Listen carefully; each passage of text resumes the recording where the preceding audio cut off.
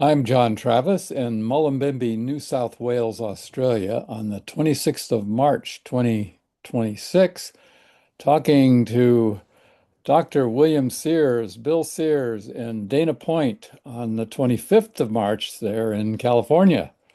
So after 30 some years, I finally met you. I can't tell you what an impact yours and Martha's work had on my career back in the 80s or in the 90s when I decided to leave adult wellness and discovered infant wellness and finally tracked you down. And I'm adding you to this collection of pioneers in wellness. So, welcome. Oh, thank you, Jack. It's an honor to be with you. I love Australia. We've been there a few times, and my wife, Martha, around 1982, was the first woman ever to breastfeed on national television in Australia on the Mike Walsh show. I don't remember the Mike Walsh show, I've heard of but it. yeah, yeah, Martha. So Martha breastfed on national television. Ah, We were wonderful. invited over by the Minister of Health to increase breastfeeding rates in Australia. And right after Martha's little television thing, the breastfeeding rates went way up. Wonderful. What was that in Melbourne or Sydney? Where were you? Yeah, but she was talking about breastfeeding, and we had 9-month-old Erin with us and in her lap. And Mike Walsh, a bachelor, said, "Well, what do you do when Erin fusses?" And Martha says, "I give her a breast in the mouth." Well, the audience laughed their heads off. Erin got spooked, and Martha, by reflex, just very naturally, plugs in Erin. Erin quiets and has a beautiful, "I feel good, thank you, mommy" look on her face. And the camera zooms in, and the rest is beautiful history. Wonderful. Ha. So, well, let's start out with your infancy, childhood, and what led you to go into this field. Like, where were you born, and siblings? What were your parents up to, and all that? Sure. Well, I had, I think nowadays, what would be called an underprivileged childhood. Single mother. My dad took off when I was a month of age. And so we moved in with my grandparents. And I remember the first thing I learned from my mother is, "You want it, you work for it, Billy," they called me. And when the other kids in the neighborhood were playing, I was working. And then my mother, bless her heart, thank you, Mom, she insisted I go to a school on all a grade school with all nuns. And nuns, they don't make them much anymore, but they were strict. Oh Right. Yeah. man, I remember Sister Mary Ursula. Ursula means little bear in Latin. She had my number. And then when I wanted to go to high school, I said, "Mom, I want to go to the fun school. No rules, no God." She says, "No, Billy, you'll go to Marquette High and you'll earn the tuition." Oh, thank you, Mom. And then I what I learned in high school, the best thing I learned was a psychology class. I was captain of the football team. I was a team quarterback, captain of the high school football team, and I learned more psychology as team quarterback than any of the Yeah. medical school classes. And then after high school, I knew I wanted to do one of two things. I wanted to be a priest or a doctor. So I went to the seminary for 3 years, and they call it discerned out.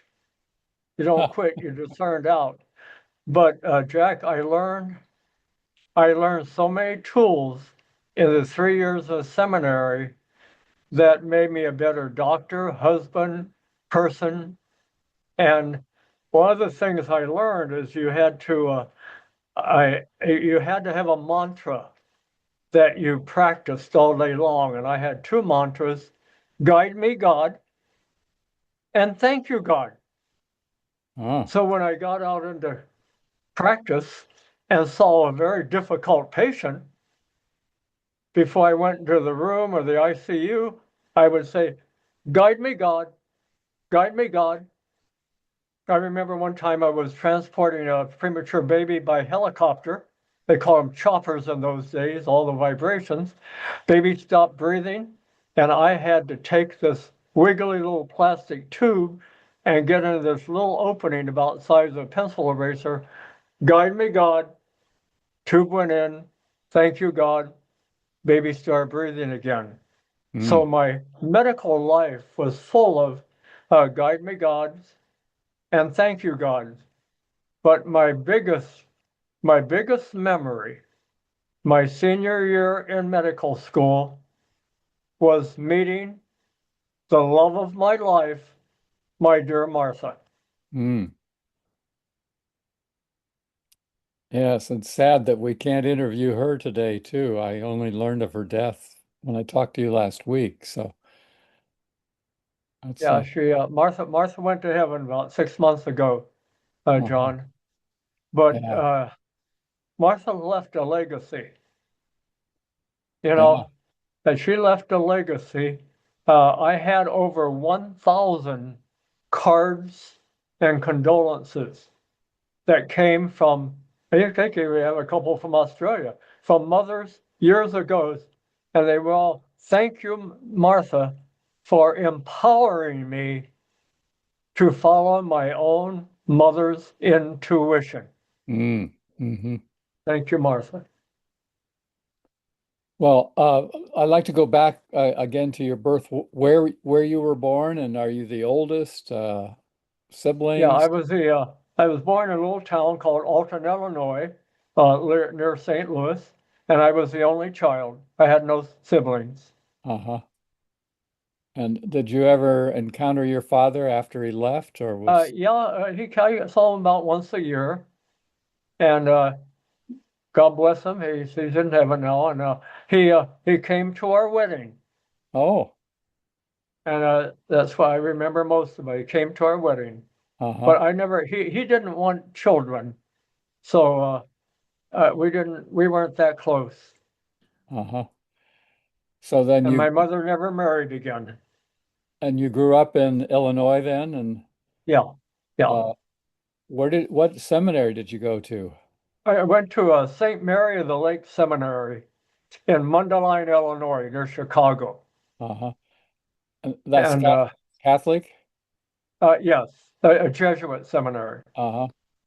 And Yeah, then and the and then after the cute thing of marrying Martha as my senior year in medical school, I was a typical man. I said, no woman is going to interfere with my graduation. I'm going to graduate, go to internship, and do my residency, go out and practice, and then I would look for a woman to get married. Well, that plan lasted 5 minutes after I met Martha. so where did you go for your internship and residency?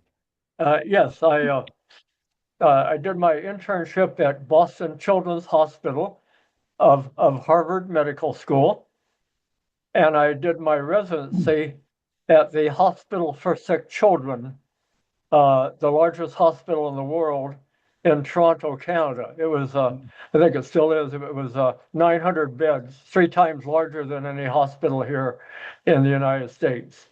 Wow. Well, you were probably in Boston when I was, because I was at Tufts, and the floating hospital was our pediatric hospital. Oh Uh, yeah, what years a good. were your I internship? was there in 1967. Yeah, well, I would have been a second year med student then. You're a Uh, young one. We used to go over to the Countway Library, which was brand new to study, It was, yes. and it had a leak in the skylight, so they'd have buckets in the courtyard, and you'd hear this loud plunk plunk when it rained. Yeah. Did you go to the Boston Symphony, the free symphonies on the Lake Charles, the Boston Symphonies? No. Don't remember. I heard about them, but I don't remember going. No, yeah, on the Charles River, yeah, the Boston Pops, yeah, in the summer. I'd walk over there because I lived in the combat zone. Well, then out Uh, on near Fenway Park, so we drive yes. past there on Storrow Drive. So that's an interesting, almost encountering each other. Yeah. So then after your residency, where did you open your practice and what did you do? Yeah. Well, during was interesting, a story about, it's interesting how things change your life. Um, we were married 5 years, and our wonderful Martha was I tell you, a God, she was a perfect wife, but our marriage almost ended after 5 years. Um, I was a resident. I finished my residency at the Hospital for Sick Children, and John, God gave me a gift of teaching. You know, I never had good grades. I barely passed in medical school. I think I had a C minus in medical school, but I went from a C minus to an A plus when I went into dealing with real people and real children. So I came home one day to Martha after work, and I said, Martha, I have good news for you. I was just offered the job of chief resident of the largest children's hospital in the world, and to be groomed later to be chief of the hospital. And Martha looked at me and she gave me 4 words that changed our life. Bill, you're married to medicine. You're married to medicine. And John, Jack, those 4 words changed my life. I never knew she felt that way. I never knew she felt that way. I was just being you climbing the usual medical ladder. And I thought, oh my goodness. So by reflex, I said to her the 4 words that changed our life for the better: you first, me second. Hmm. And I said, Martha, from this day on, I commit to you for the rest of a hopefully long, happy life together. You first, me second. And I carried those words on for the rest of my life. And 9 months after, and I turned out the next day. I turned down the job at a chief resident, and I look back on those 4 words changed my life, and our marriage went up. 9 months later, kid number 3 came, and the rest is beautiful history.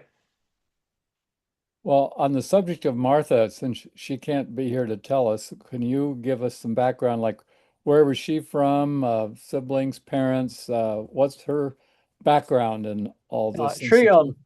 Martha grew up in a small town in Missouri near St. Louis, a farmer's daughter. She lived on a farm for 12 years. I had one sister. So she was a farmer's daughter, which grounded her in loving nature. Sure, yeah. It was wonderful. And I think that's one of the things that attracted me to her. And then she went to nurses training, and she graduated from DePaul School of Nursing. And this is a funny story. Uh, the very first day she had just graduated, September 1965.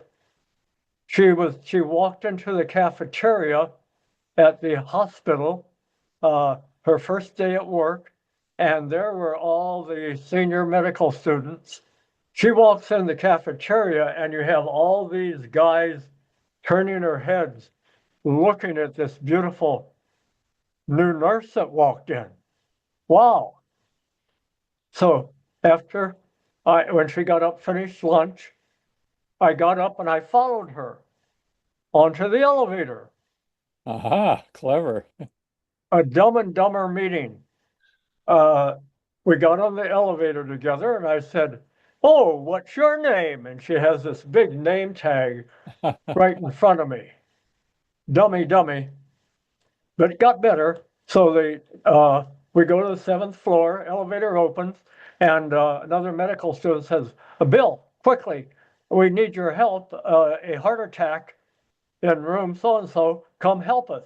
And again, John, Jack, I had a gift of teaching and knowing what's wrong with patients, just a gift. So I ran in there, helped them with the code, what to put into a heart, what medicines to use, and all that. And Martha's watching. So I later asked her for a date. And at the date, she said, "I thought you were a cardiologist instead, instead of a poor medical student." Um, I proposed to her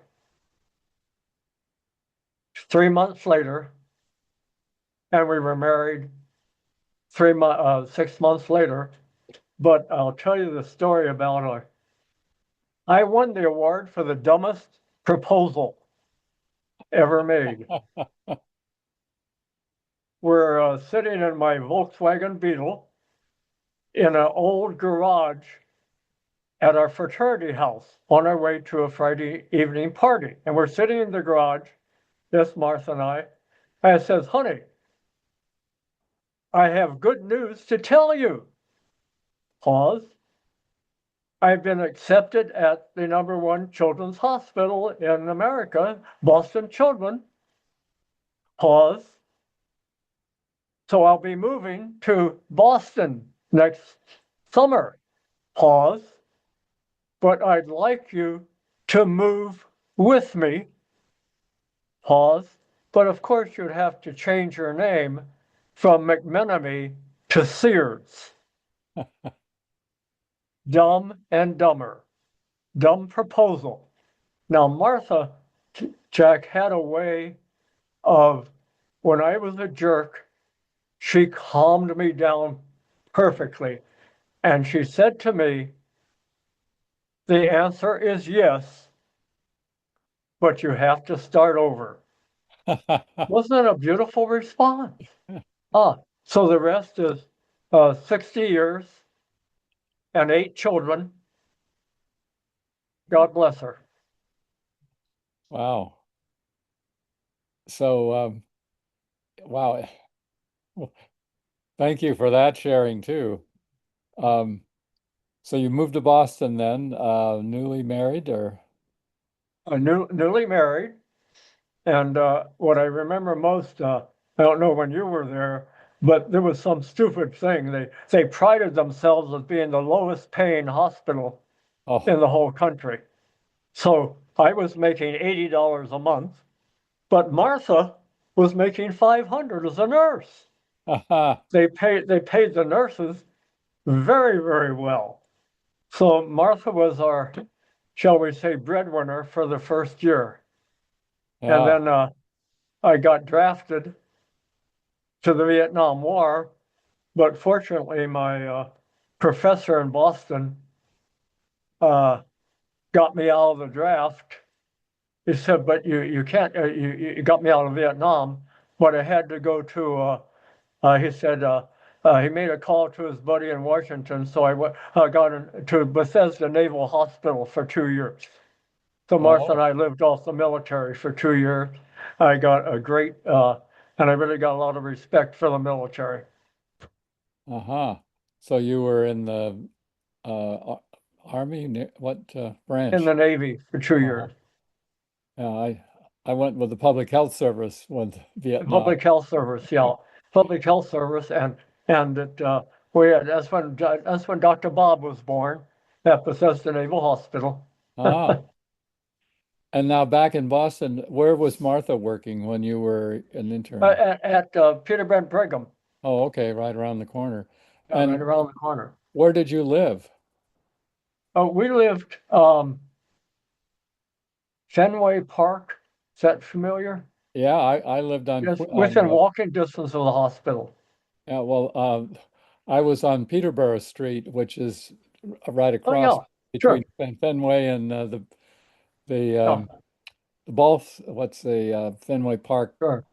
We have a lot in Stadium? common. Yeah, we might have walked past each other. Yeah. Small world.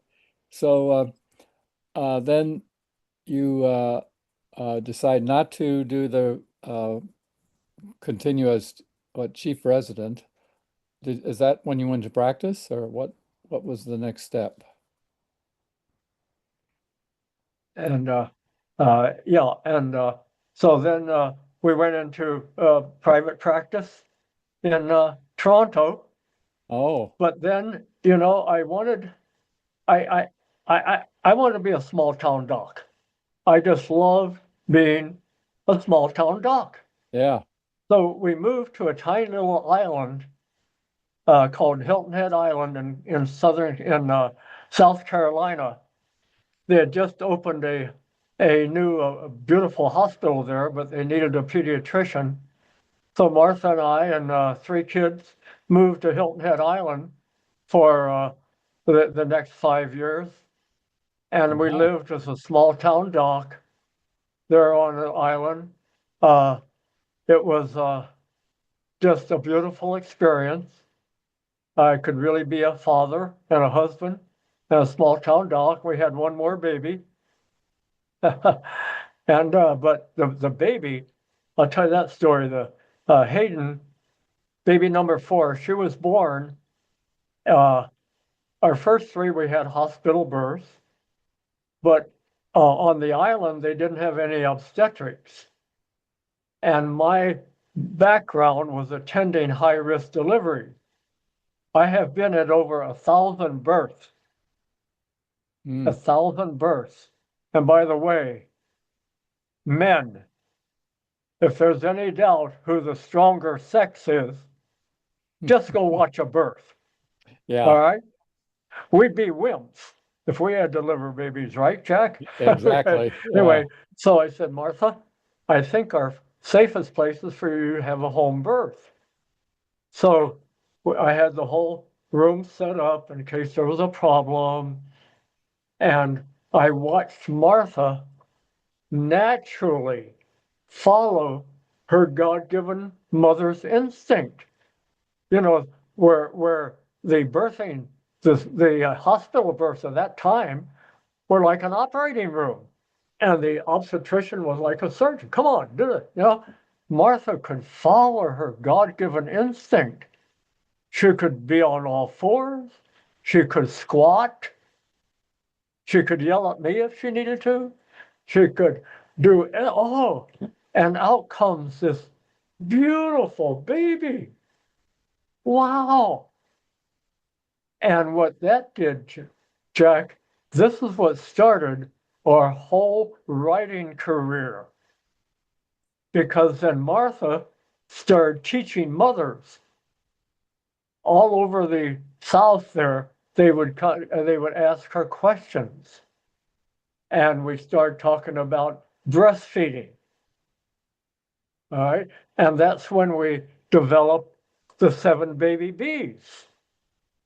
Was, it was like back in 1978. We Uh-huh. started talking about it. Martha started using the term attachment parenting just naturally. When mothers would say, what should I do? I want you to practice attachment parenting. I remember coming home from work, the hospital, and our whole living room was full of mothers in bloom, or mothers with a newborn, and Martha was teaching attachment parenting. So that's how it all began. Now, did she just make up that term? I've credited you. Martha made up the term, Uh-huh. just natural. It was Yeah. very natural for her. Just come on, Bill, I'm teaching some more attachment parenting. Come on, Uh-huh. and it was a name that caught on. For sure. It just caught on. Yeah. And then we And developed the seven baby B's of attachment parenting.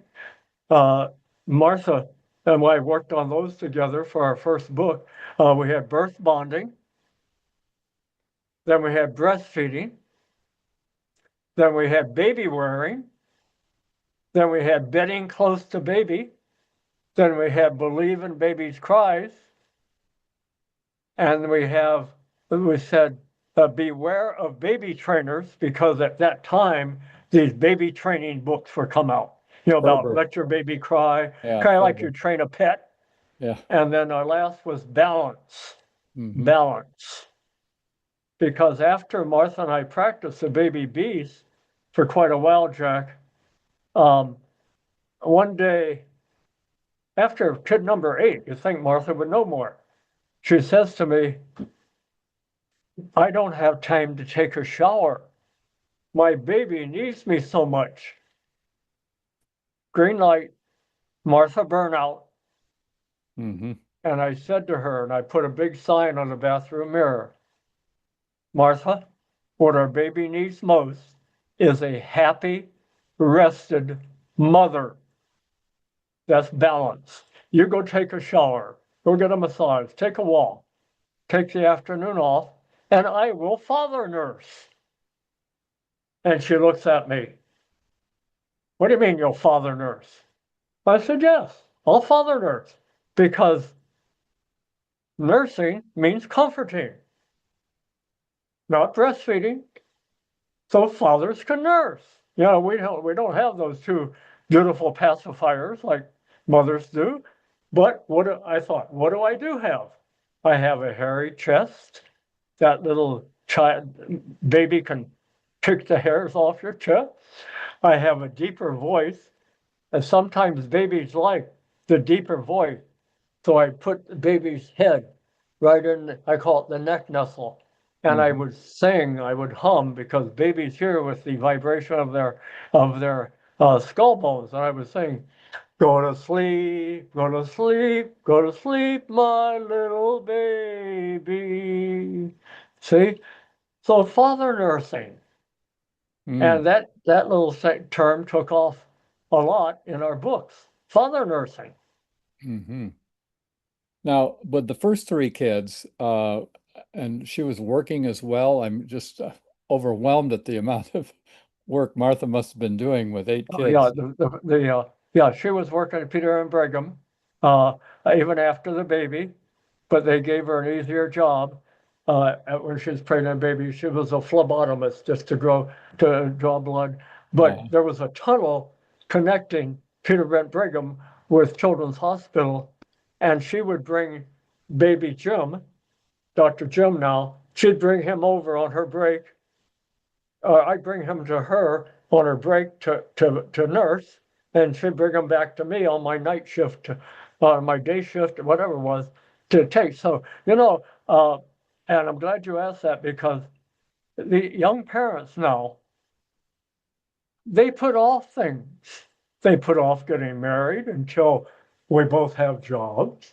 And Martha said, we don't need to put it off. Honey, and I remember the word, honey, we will grow together. We will grow together. We'll make it on a little low income. We'll start with a tiny apartment. And then as our marriage grows and our income grows, a larger apartment, a condo, our first little tiny house, bigger house. See, but we'll grow together. So I tell young people, grow together. You don't have to wait uh, until you're earning a lot of income. You don't have to wait. No, grow together, grow together. so Martha's experience of the home birth was a major impetus to develop the attachment parenting, and It was, Jack. And what we decided we needed to do is we needed to make our whole life devoted to attachment parenting. And one Mhm. of those things we want to do is number one, help mothers breastfeed longer. The longer, the better. And then another thing we wanted to do, we wanted to change the whole atmosphere of birthing, which worked. And we would instruct mothers that when you see your baby doctor for the first time, you go in with the mindset, my body, my baby, my birth. And doctor, obstetrician means obstare from the Latin obstare means on standby. Oh, I So didn't know doctor, that. Huh. it means on standby. So doctor, I'm relying on you to be on standby for my baby, my body, my birth. In case my birth plan isn't working, then you're on standby to intervene. So we taught all mothers to have an obstetrician, to have a midwife or doula Hmm. who is your, uh, I bragged one time and I really got in trouble. I said, I delivered 4 of our babies. Martha looks at me. Women deliver babies. Men catch babies. Yeah. Yes, Even yes, dear. the term deliver as a negative quality as opposed to birthing, it's like I'm Yeah, delivering it to you. It's like the extended breastfeeding. I say no, it's full term breastfeeding rather than truncated breastfeeding. And yeah, you the got it. terminology on all these people saying on the first days of life. No, they're 9 months old when they come out. The language is so distorted around birth. But And John, you mentioned around birth. See, we know so much more now that you remember when uh, they take the baby after mom delivers the baby, they yeah, take the baby and they wipe the baby off everything, and they yeah, take the baby over to a little place where they wipe them off and cover them up. yeah. And 5 minutes later, give to mom. Ha ha. Now we know how wrong that is Oh, yeah. because I call it the golden hour. So Yeah, follow me closely. It's new to some moms, but when baby comes through the birth canal, baby is bathed in a blanket of what we call I microbiome, am. Yeah. meaning healthy bacteria.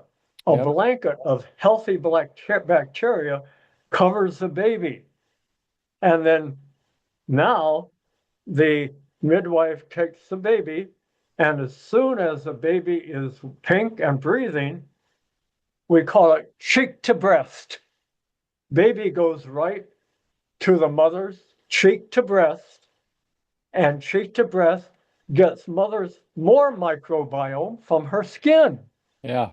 So right away, within the first 5 to 10 minutes, baby gets this this skin covered with microbiome, healthy bacteria, and then the baby swallows mother's milk into the intestines, and the intestines make healthy bacteria so that the immune system within minutes after the birth is starting to work for baby. Yeah. Isn't that a beautiful design? Yeah. It sure is. Now we know how to let it happen. Yeah. We know how to let it happen. As well as not cutting the cord or clamping the cord where they wind up being Yeah, anemic wait a because little bit. you got to Yeah, squeezing that yeah. last bit of blood out of the placenta, so that they're winding up anemic. Yeah, that's uh, We know so much nowadays. In fact, that the name for that first milk that mom gives the baby. Oh man, it's called milk-oriented microbiota. Milk-oriented microbiota. MOM. aha. So to help me remember. I said, you want to give baby mom Uh-huh. within minutes after birth, unless there's a problem. Yeah. So, well, now, I first encountered you. Well, I met Suzanne Arms at the Mother Friendly Childbirth Initiative program, and Hmm. I met her through Jim Prescott, who I'd encountered at the uh, pre and perinatal conference in Yes, 1996. yes, And Jim had the science to back up what Jean Liedloff, which was my first opening. And when I yes. realized what I didn't get from after reading her book, oh my God, And that was a wonderful book. Yes, yeah, that really opened my eyes. And then encountering your baby book, that was the became the Bible as we decided to, after 12 years together, my wife and I decided, well, maybe we could have a baby given this whole different way of approaching it. So your book became the Bible, and but that wasn't your first book. The baby book, what was about fourth or fifth, or where did it fall in the? yeah, yeah. And actually, the baby book was probably the first book that we had it all together, Uh-huh. all seven baby bees. But the baby book was written on the job. Yeah. You know, when I had a really smart mom in my office and a smart child, and I could see how the mom gives the eye contact and the baby gives eye contact and skin to skin, eye to eye, wonderful. I'd ask the mother what she was doing, and she'd tell me, and I'd write it down. Uh-huh. So at the end of the day, I'd have a whole lot of stuff for the baby book. So the baby book was really written on the job from smart moms and smart dads who uh, taught me a lot. Taught me a lot. It's funny. Martha said, uh, somebody said to her, "Boy, it must be great marrying a pediatrician. He must know so much about babies." Uh, and Martha said, "Yeah, he trained at all these top hospitals. He knows a lot about sick. He knows a lot about sick babies, but he doesn't know anything about well babies." Yeah. Well, I had to learn on the job. Yeah. Thank you, Martha. Amen. So, um, uh, when um, when did you first encounter the word wellness? Like in the 70s, it was unknown, but uh, I consider you a major wellness pioneer, Yeah, even if they weren't calling it that back in those days. But what was yeah. your experience? Well, my experience began around 1998, about 2000, year 2000. I started studying the body. I made health my hobby. And I knew inside the body, somewhere inside our body, that I just figured intellectually that the creator of the most beautiful creation in the whole world, the human body, I think the female body is the Yeah, greatest, but I'm just a simple male. But I knew that our creator knew we were going to mess it up by how we eat, think, and live. So I knew our creator would put into our bodies our own personal pharmacy that makes medicines to make up for our mess ups. So I spent years studying where in the world of our body is this pharmacy and what medicines does it make. So I start realizing that the biggest pharmacy in our body is the lining of our blood vessel, the endothelium. hmm, The biggest pharmacy in our body is the endothelium.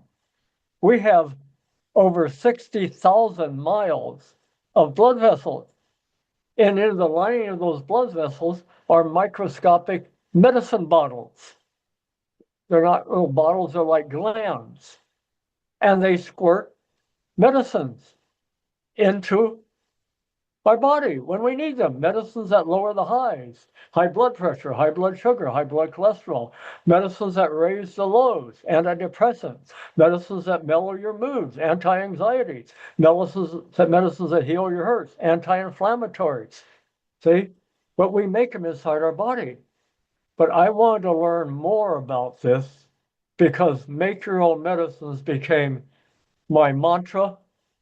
Make your own medicines became the trademark phrase from our Wellness Institute, which I'll mention in a minute. And a friend of ours introduced me to a Dr. Lou Ignarro, who won the Nobel Prize for what I'm about to say. So I called Lou. He was an hour. I live in Beverly Hills, an hour up from us. Said Lou, I'm developing this concept of our own personal pharmacy or endothelial pharmacy. He loved the idea. He said, "Well, come on down." So he and his wife came down, spent a day with me, teaching me about the number one molecule, the number one medicine our whole body makes. The number one medicine our body makes is called nitric Yeah. oxide, Yep. NO for short. So I would call Dr. No, Dr. No. So Dr. No invites us back to his home in Beverly Hills, and Martha's up there taking a replica of his Nobel Prize medal. She's wearing it. So I spent 2 days with him learning about nitric oxide. So I said, we got to teach this. So we opened in 2008, Dr. Sears Wellness Institute, where we would certify health coaches, wellness coaches. We got up to 13,000 wellness coaches in 22 countries. And the main teaching was how to make your own medicine. That became our mantra. Mm. So that was how it began. Yeah. Wow. I forgot to ask way back in yours and Martha's infancy, were you either of you breastfed or what? What? Martha was breastfed. I wasn't. Uh-huh. I So, wasn't. And I kind of tell that story of mothers who don't breastfeed or can't breastfeed for some medical reason. I still I tell them I wasn't breastfed. See, and I get into the term resilience. Resilience is a big term, John. I'm sure, or Jack. I'm sure you teach it a lot. You know, like I said, mother, don't go back. I shoulda, woulda. I wish I'd have breastfed. I wish I'd have carried my baby in a sling. I wish I'd have slept with my baby. All that. I should have. No, no, don't go back. Children are resilient. They can bounce back from a difficult start, and you can give them the attachment they need at any age. It's just the earlier start, the easier it is. They're resilient. Don't go back. hmm